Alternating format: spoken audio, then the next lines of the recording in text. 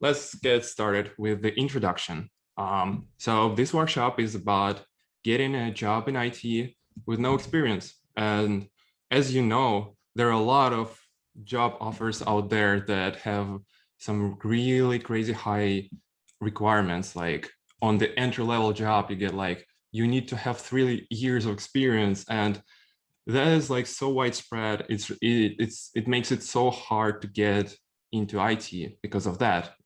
For example, if you just finished school or a college, or if you're just after the boot camp. And so I myself found a job in IT without experience. And today I'm going to share with you my story and some of the tips of how you can replicate it and do it yourself. So this is the agenda of this workshop. We'll go through my story, and on my example, I'll go through the details and explain what I did and why I did that and how it worked out. So first of all, my name is Frolov. I'm 26, and currently I'm a senior software engineer at Codesphere. Codesphere is a cloud code editor. We basically get everything together, put it in the browser, and here you go. You can develop your apps all inside one tab of your browser. That's what we do at Codesphere. But it all started quite a bit differently. But first of all, there are some facts about me that I just wanted to share because I'm just like I'm just a normal guy. I'm not the genius or anything. I have barely passed my final math school exam. I had a grade like 32 and out of 100, and the lowest was 26, I believe. So yeah, I barely passed it. I also have around 3,000 hours in Dota 2, with my top 3 peaks being like Invoker, Templar Assassin, and Anti-Mage. So yeah, I'm a big gamer. I love physics. I'm a lifelong sci-fi fan, starting with Warhammer 40K books at the age of, I believe, 12 or 13. I also did rocket science just for fun. Read the Ignition book about the rocket propellant. And I wrote my first line of code at 21, which is quite late, like if you ask any software engineer. And how did it all start? So at the age of 14, me and my friend visited my mom's ice cream shop. And it was some kind of a holiday during the winter time. And we saw my mom struggling to serve all the guests because it was the center of the city. It was like late evening of the holiday. And so me and my friend, we decided to help my mom. And we did it quite well. So after that, I continued to return back to my mom's ice cream shop and help her. And yeah, that's not the real photo of my mom's ice cream shop, but yeah, we did some really good Italian gelato. And that's how my career started. So I started quite early at the age of 14. I started to work like kind of part-time after school. And that's the start of my career in like hospitality, like restaurants. I did this ice cream shop thing. Then I worked at a restaurant in a hotel for few years, then at the bar, at the club, then back to the restaurant. And that's how almost 8 years of my life passed. I never thought about like IT or anything. I kind of had this mentality that you have to be born with like mathematical mindset or something like that. So I never tried it, and I was just having fun working at my job until at some point I got on vacation to the south of Russia. And on one day of this vacation, I was feeling kind of bored. And so I was scrolling the news, and then I found the presentation of one guy like about colonizing Mars. And you probably know this guy. It's Elon Musk. And it was a presentation in 2016. I believe it was 28th of September. And having no like STEM background at all, never trying like programming, I was watching this presentation. I was fascinated by like the goals of like this company, this person. And Elon Musk really inspired me back then. so that when I returned back from my vacation, I opened up his biography, I read through it, and I realized that at the age of 13, he already sold his first game. I was like, I was 21 and I was like, never tried coding before. And I was so motivated to give it a shot. And so I did, and it worked out. I wrote my first program, like Hello World.c. And after that, I realized that, yeah, maybe I can do more. And so I found this amazing course, which is called CS50. I first found it on YouTube. I watched around 3 first lectures in my native Russian language, but then I realized that maybe I can do it in English. And so I found this course on edX.org. I enrolled into it. I purchased a certificate so that I kind of was like motivated to finish this course. And so I did. And yeah, this is like, it is a really solid introductory course into computer science. I recommend it like basically to everyone, because like I had like absolutely no background in computer science or math or anything, and I was able to understand basic concepts of computer science because of this amazing course, which is hosted by David J Mon, who is basically like a star of Harvard, who has this amazing community of learners.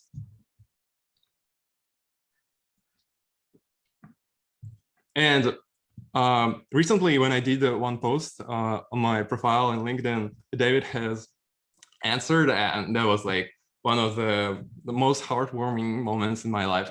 So yeah, very proud of it.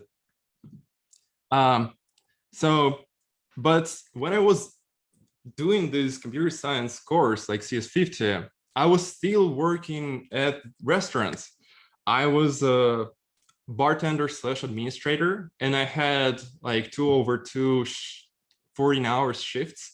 So I had to figure out how I can study with that kind of schedule. So first takeaway of this workshop is look for unconventional ways to learn, because sometimes the situation might be not on your side.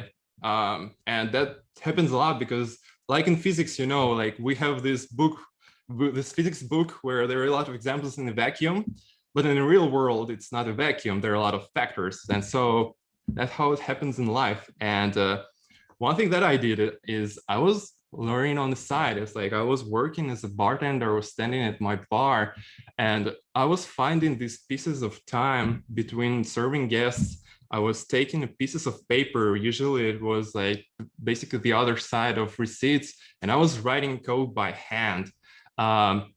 You can see it on an example. It is like some code in C. And at the end of my 14-hour shift, I was taking out the laptop and I was writing down what I have written by hand during the day.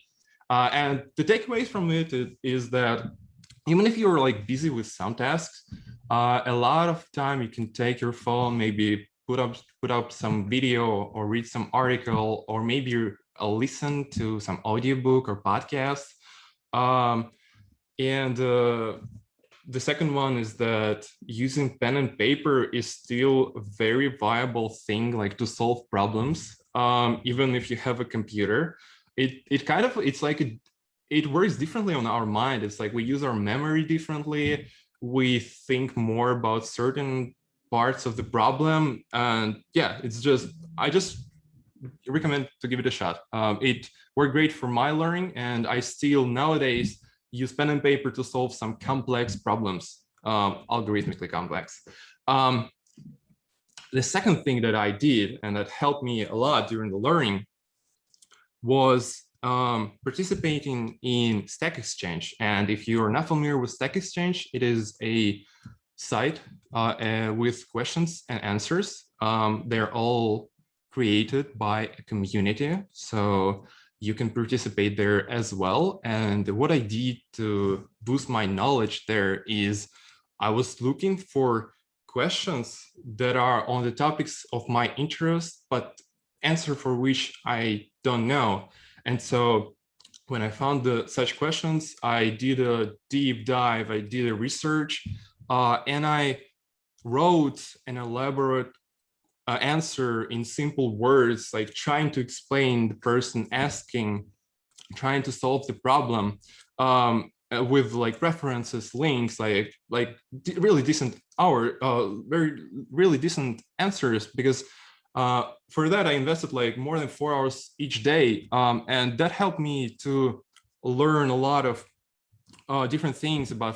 For me, it was like Ethereum. I was focused on blockchain initially, so I learned a lot about Ethereum. But Stack Exchange has sites on many different topics, so you can find the one that interests you and replicate what I did with the Ethereum Stack Exchange. So the framework is find the question you have no answer for, do a deep research, and write an elaborate question in simple words. And that's important because it is really hard to explain something complex in a simple words, and that's the most rewarding thing you can do. And you might know this guy. If you don't, it's Vitalik Buterin. He is the founder of Ethereum. And it turned out that by using my framework on Ethereum Stack Exchange, I got into the top 100 users, and a bit above of the founder of Ethereum. That's like a little fun fact. I did not know that initially, but yeah, turned out that it went that way. So another thing that I also did to like before I landed my first job is I did a lot of personal projects. Like whenever I found a topic that is like complex or interesting to me, I was thinking about how can I apply this knowledge, because like knowing something is one thing, but then when you come across a real life problem, you need to find a way how you can apply this knowledge. And so doing personal projects like something small, it doesn't have to be like a few months long project. It can be like 2-day build or like a weekend build.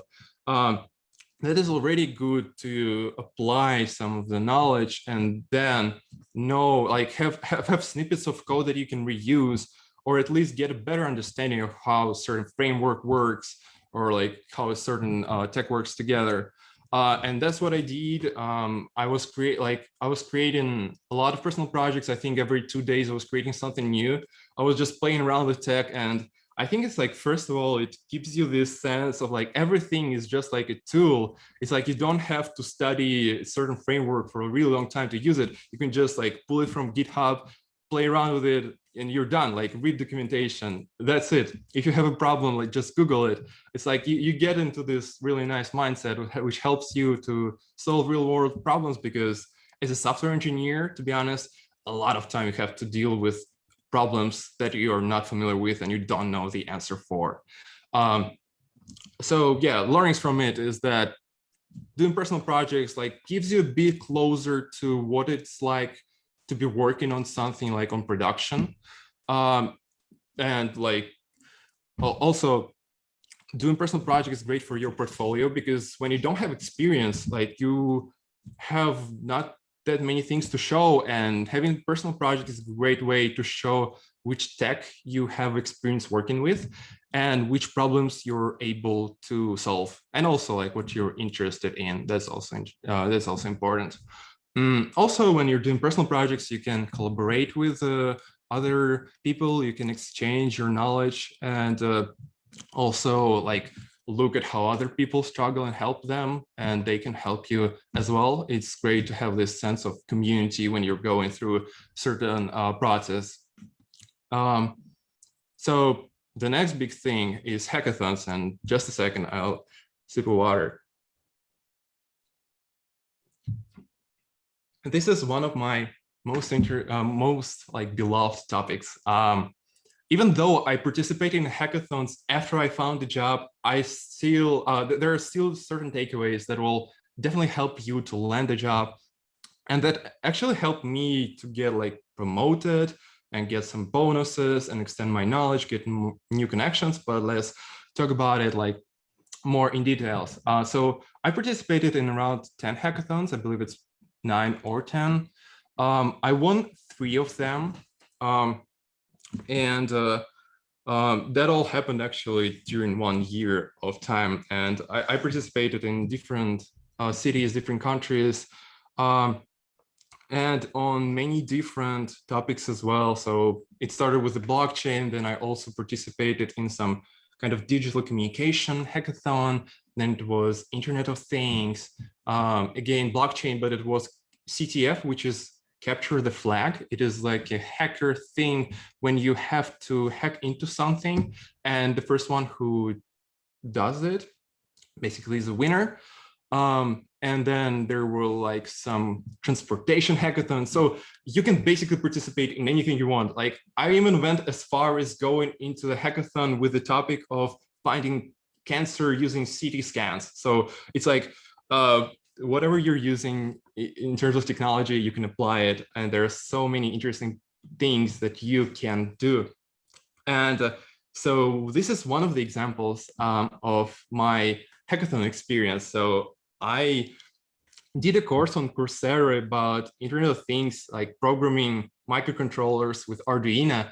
And then I believe 2 or 3 weeks later, I pretty randomly participated in an IoT hackathon in Skolkovo, which is a tech hub near Moscow in Russia. We assembled a team 2 days before the event. So these were people who I've never met before. We communicated over a group in a chat. We assembled a team of 5 or 6 engineers and designers. And we all met together for the first time on the day of the hackathon.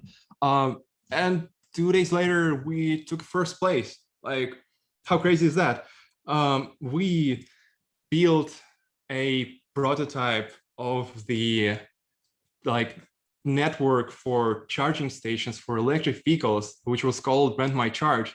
And besides like taking the first place with this project, we went further and we co-founded a startup, which we then renamed to Tao. And yeah, Tao is a startup in the electric vehicle charging market. We basically allowed residents to share their charging stations. And it all started on a hackathon. And like, just imagine how much we learned during that process. It's unbelievable. And we also had a great amount of connections during that time. It's like even on the hackathon itself, some investors approached us because they were really interested in our project. So yeah, that's for this hackathon. We continued this project. We took it like way further. We moved to Germany. We actually sold our software this year. So we kind of did like a soft exit.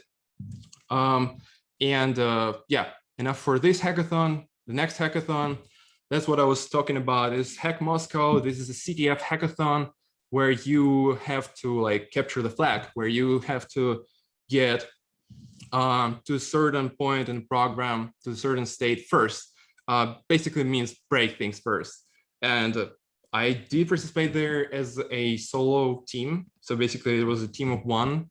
There were around 10 teams, I believe. And I was like the only one who had only 1 person in the team. And that was a fun experience. Like I started really good on this hackathon. So like on the first evening, like in terms of points, I was on the first place. Then I went to bed really early, I believe at like 12 a.m. or 1 a.m. And then I woke up in the morning at 7 or 8 a.m. And I was already behind like 2 or 3 teams. And I was like, how did they do it? Like, did they not sleep during the night? Because when I was going to bed, I was like first. And now I was behind by not like 1 or 2 points, but like by a pretty decent margin. And so I was like, okay, like I need to somehow get on their level. And after waking up in the morning, I got back to the hackathon event place. I started to work hard. And somehow I managed to get to the level of those teams. So we were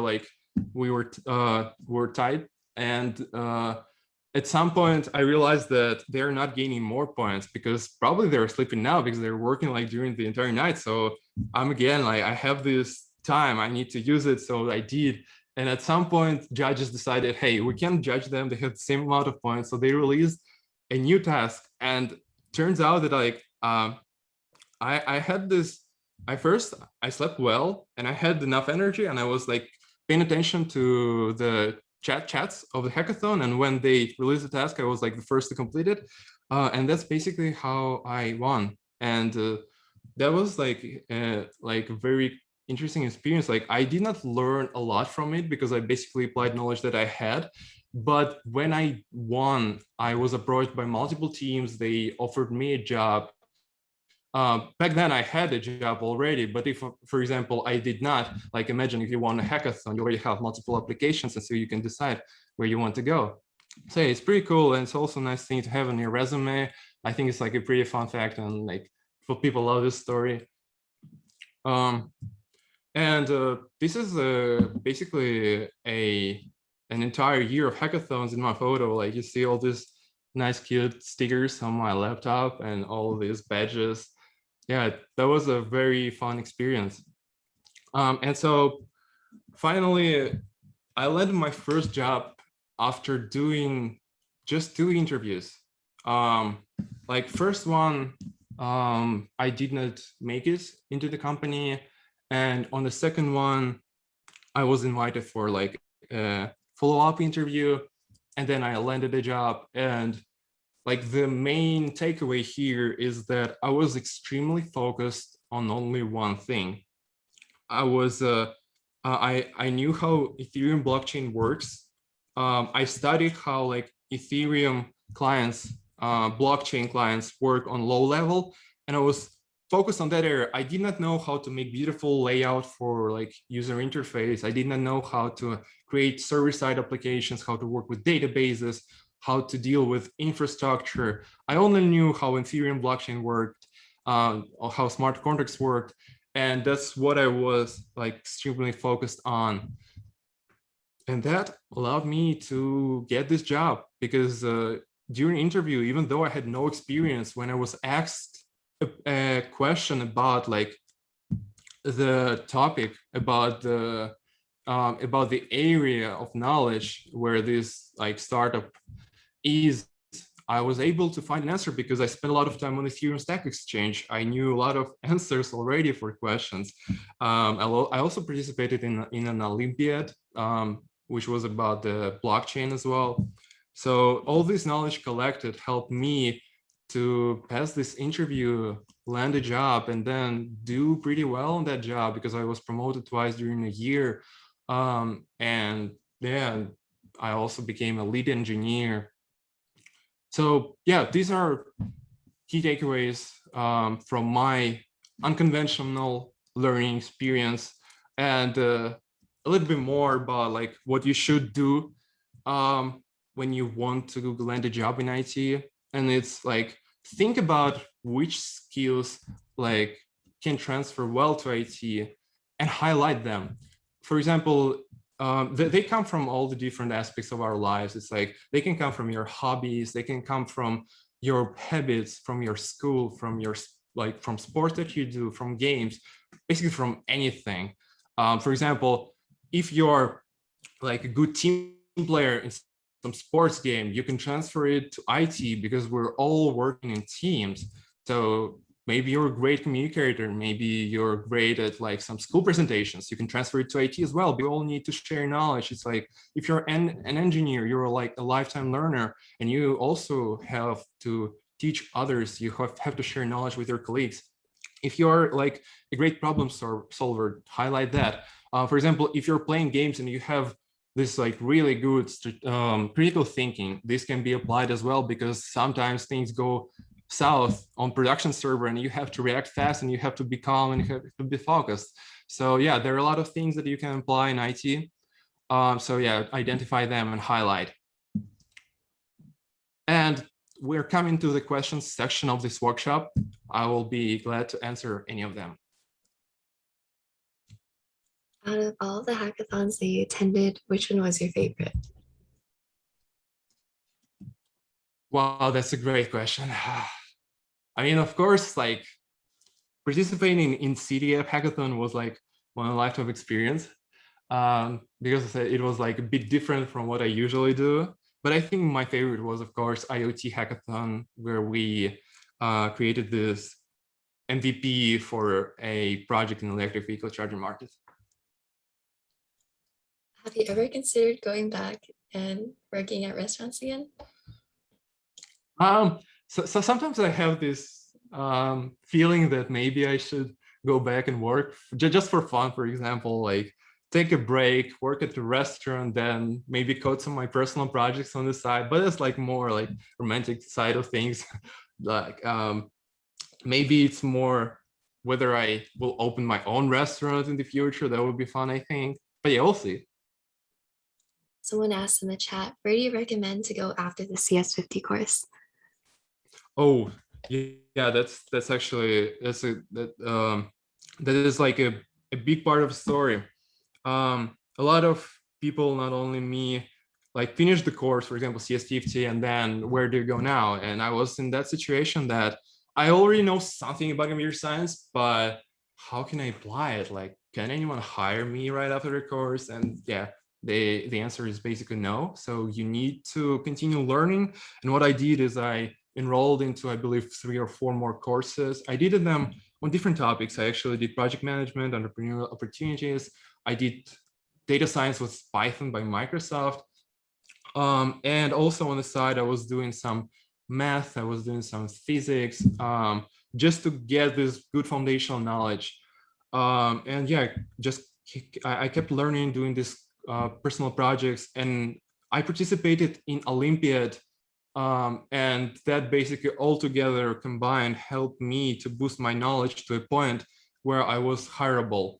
So yeah, if you even if you complete a computer science course, basically continue learning, do your personal projects, and yeah, accumulate knowledge to the point where you feel like confident in yourself to get a job.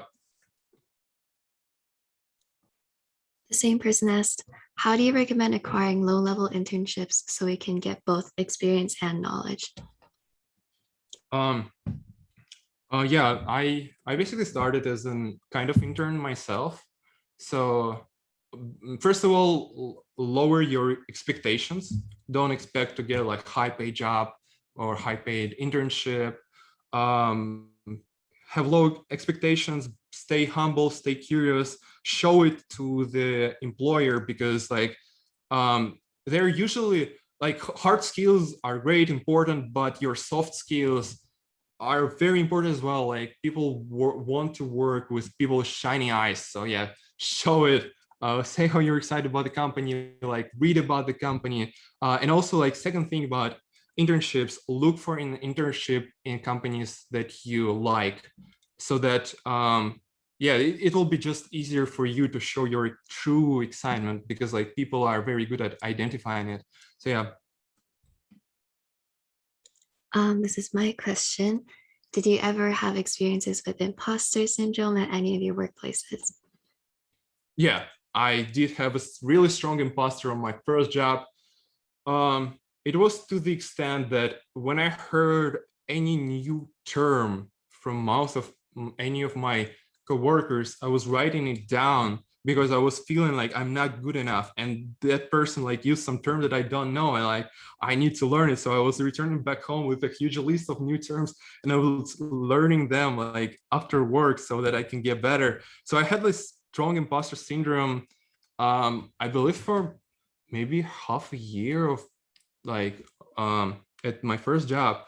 But it like I fought it basically by learning. It's like just look where you can improve, because like ask a question to yourself, like why do I feel that way, and usually we can find an answer and just improve a little bit, like, and talk to your colleagues. I think that helps a lot. Yeah, don't close up, always stay connected with people, and don't focus too much on like the end goal. Look where you came from and be like grateful for it. And yeah, keep learning. Someone asked in the chat, do you believe university is a necessary or important route to getting a job in IT? Of course, the answer is it depends. Can you get a job in IT without the university? Definitely. Can you get any job? No, but there are pretty few jobs that actually require a CS degree. So yeah, if you don't have a university degree, you can definitely land a job. There are a lot of openings for you. You're not limited to do like only like a front end. You can do like mostly anything, and even those areas of like of IT that kind of require CS degree, you can also learn that, but it will be just kind of more complicated if we're talking about some math algorithms and all that kind of stuff. But yeah, you can definitely land a job without a university degree. Hey, what is your favorite language? Oh, my favorite language is JavaScript. Yeah, I'm a Node.js developer. I've been a Node.js developer for 4 years, and I absolutely love this language. It has a beautiful syntax. It is really great for implementing your ideas fast, which is very important for a startup world. So it's great for hackathons as well. Like if you have only a limited amount of time, then you can definitely use Node.js to implement whatever you want. You can even do machine learning nowadays with Node.js. So it's a very powerful language which has a lot of applications. If we're talking about JavaScript, it can be used on front end or the back end. It can be used for mobile. It can be used for games. Like so many applications. Yeah, I love this language. Someone asked in the chat, are there any exciting personal projects you're working on right now? At the moment, no. I'm fully committed to Codesphere right now. But the last personal project that I did was a mobile app for tips for waiters. That was back in 2020, I believe in September. Can you talk about like what a day looks like for you at Codesphere? Yeah, sure. So my day starts at 6 a.m. every day. I go to the gym. After the gym, before the gym, I usually check my email, Slack, answer maybe some support tickets. Then I go to the gym. After the gym, I get back, get my breakfast, start to work. We usually have some calls in the morning. And after that, I get back to solving tasks and communicating with team. It's usually around 4 hours per day of coding and around 4 hours per day of calls and communication with the team and planning. I've heard about crunch culture at other companies. Have you ever worked with those? Could you repeat the question, please? Crunch culture? Have you ever worked through crunch culture at Codesphere or any other workplace? It's basically when you work super long hours to finish work. Let's say it like that. I was never forced to do that, but I'm a kind of a person, I work real long hours and I love to work on the weekends. I also did my startup, which is DAO. And during that time, I basically worked for a year without days off and vacations. So yeah, the answer is nobody ever forced me to work long hours, but I did it many, many times. I see. Someone asked in the chat, is there any way we can reach out to you personally? Sure. First of all, LinkedIn. Oh, by the way, there's a slide for it. Here we go. LinkedIn, you can DM me, Instagram. You can find some photos that you saw in this workshop and also see some of my trips to other countries, participating in hackathons, and basically, yeah, post more personal stuff on Instagram, and I post like more work-related stuff on LinkedIn. I also post educational material because I just want to give back to the amazing community that we have on LinkedIn. Yeah, everyone go follow Roman. Someone else asked in the chat, does Codesphere provide any high school internships? We do provide internship. I believe we currently have like students. Yeah, but yeah, stay tuned. In the future, we'll definitely have more open positions. We'll definitely have more internships. So yeah, just follow the news. Does anyone have any last questions for Roman?